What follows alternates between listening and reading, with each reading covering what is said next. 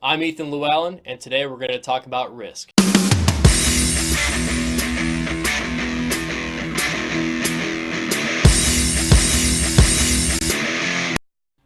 Hello, and welcome to today's training video. I'm Lieutenant Ethan Llewellyn with the Liquefied Gas Carrier NCOE, and today we're going to talk about the exciting world of risk.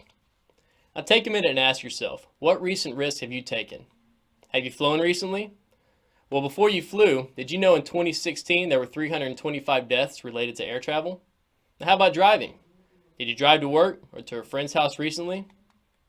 What if I told you that in 2015 there were 35,092 deaths related to driving accidents? And how many of us love to eat? Better yet, how many of you are watching this video and eating right now? What if I told you that in 2015 there were 5,051 deaths related to eating? Now, with as much as I love to eat, it's very concerning for me. Now, so why do we take risk? Well, it's risk versus reward, right? And no one understands that better than we do in the Coast Guard. Now, in all situations, we must accept some levels of risk to achieve some benefit or desired outcome. Now, the question is, how much risk are we willing to take to achieve our goal? And this is the constant question when evaluating process safety hazards. Now, let's define risk. The Coast Guard defines risk as a measure combining an undesirable event's frequency and consequence. So to determine risk, you need to determine the frequency and consequence of an undesirable event. In risk analysis, we'll identify one or more scenarios to assess how often it can happen and how bad it would be if it did happen. And the definition here says an undesirable event. With that statement, there's a couple of other definitions we need to know when we are talking about risk. First, let's define hazard. The ISO standard defines it as a potential source of harm. The Coast Guard says it's a situation, condition, characteristic, or properties that create the potential for unwanted consequences. And OSHA defines it as the inherent capacity of a substance to cause an adverse effect. Now let's define accident. We won't get into as many definitions with this one. We will go with the Webster definition of an unforeseen and unplanned event or circumstance. And now that we know the difference between a hazard and an accident, let's talk about how they are related to each other. In this picture, you see a bear tucked away safely behind a metal cage. In this picture, the bear represents the hazard. And the hazard is always there, but the hazard is being mitigated by containing the hazard or bear within the cage. Now let's say that there's an accident and the cage breaks open. Now the bear or the hazard has been released. All these definitions come into play when determining risks. So why is the Coast Guard's Liquefied Gas Carrier National Center of Expertise talking to you today about risk and not about LNG or LPG? Well, new regulations related to liquefied gas require risk management and risk assessments, from carrying LNG as cargo or LNG fuel design requirements to LNG operational requirements like SIMOPS while bunkering LNG.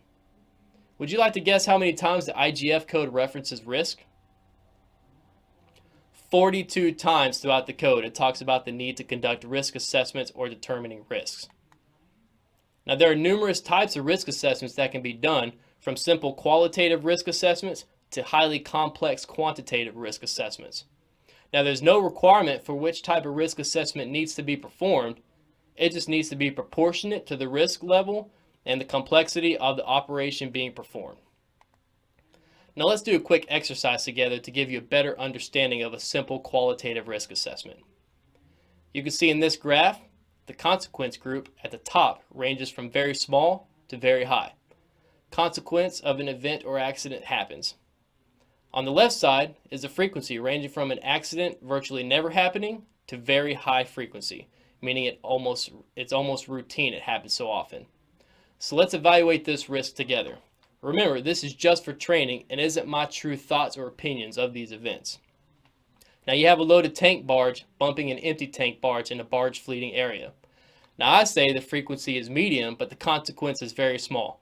Now that's the point of a barge fleeting area, right? And these floating boxes are designed to trade paint with each other. Rubbing's racing, right?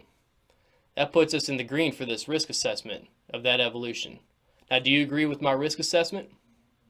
Alright, let's try this next one. Let's say an LNG vessel was involved in a collision which resulted in a release of LNG from the cargo tank's primary barrier. Now, I would say that the frequency level is virtually never, and the consequence is only significant. Now, I say the consequence is only significant because I know the secondary barrier is able to contain the leak and the engineering systems in place on these vessels to prevent a fire from occurring due to an LNG leak. So now let's talk about some of the strengths and weaknesses of this type of risk assessment. So it's clear that it's easy to apply and it's very quick to use.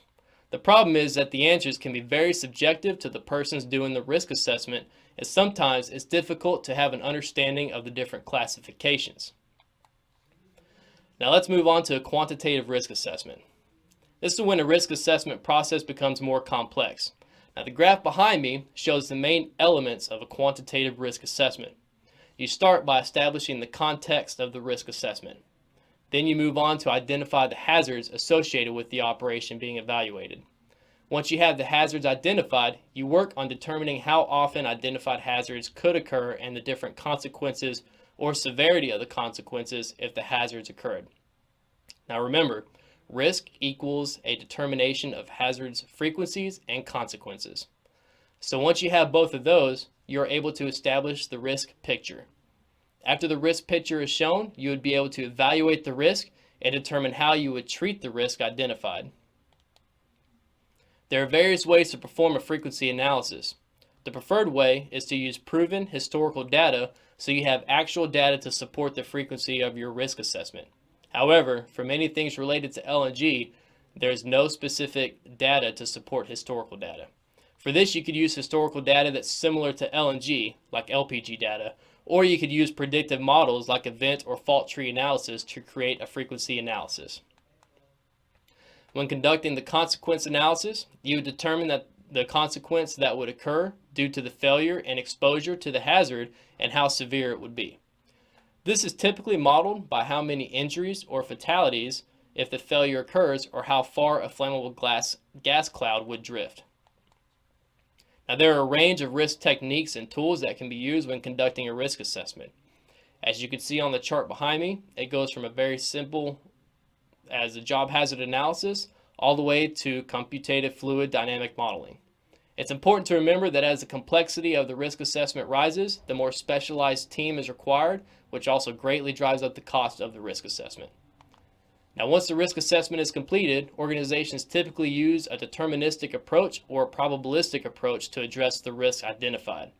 Now, a consequence-based approach or deterministic approach will focus solely on the worst-case scenario and typically lacks boundaries as what's acceptable.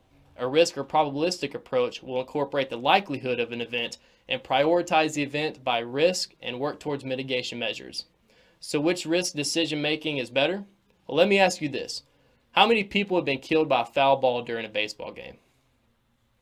Only one person has been killed by a foul ball. In over 150 years of baseball, only one person. A consequence-based approach would look at that only one death as a consequence of being killed by a foul ball, and not the probability of it occurring. Now, mitigation would be to not allow anyone in the baseball stands during the game, and for them only to be filmed and televised. Well, that is excessive, but that is what only looking at the consequence does. Using a risk or probabilistic approach, your mitigation would be to bring a baseball glove or to simply not sit where the majority of the foul balls are hit. So what's the point of doing a risk assessment? Well, ultimately, you want to identify the risk and mitigate that risk to make it as low as reasonably practical, or as they call in the industry, ALARP. The determination if a risk is ALARP should be in line with the organization's acceptable risk criteria levels.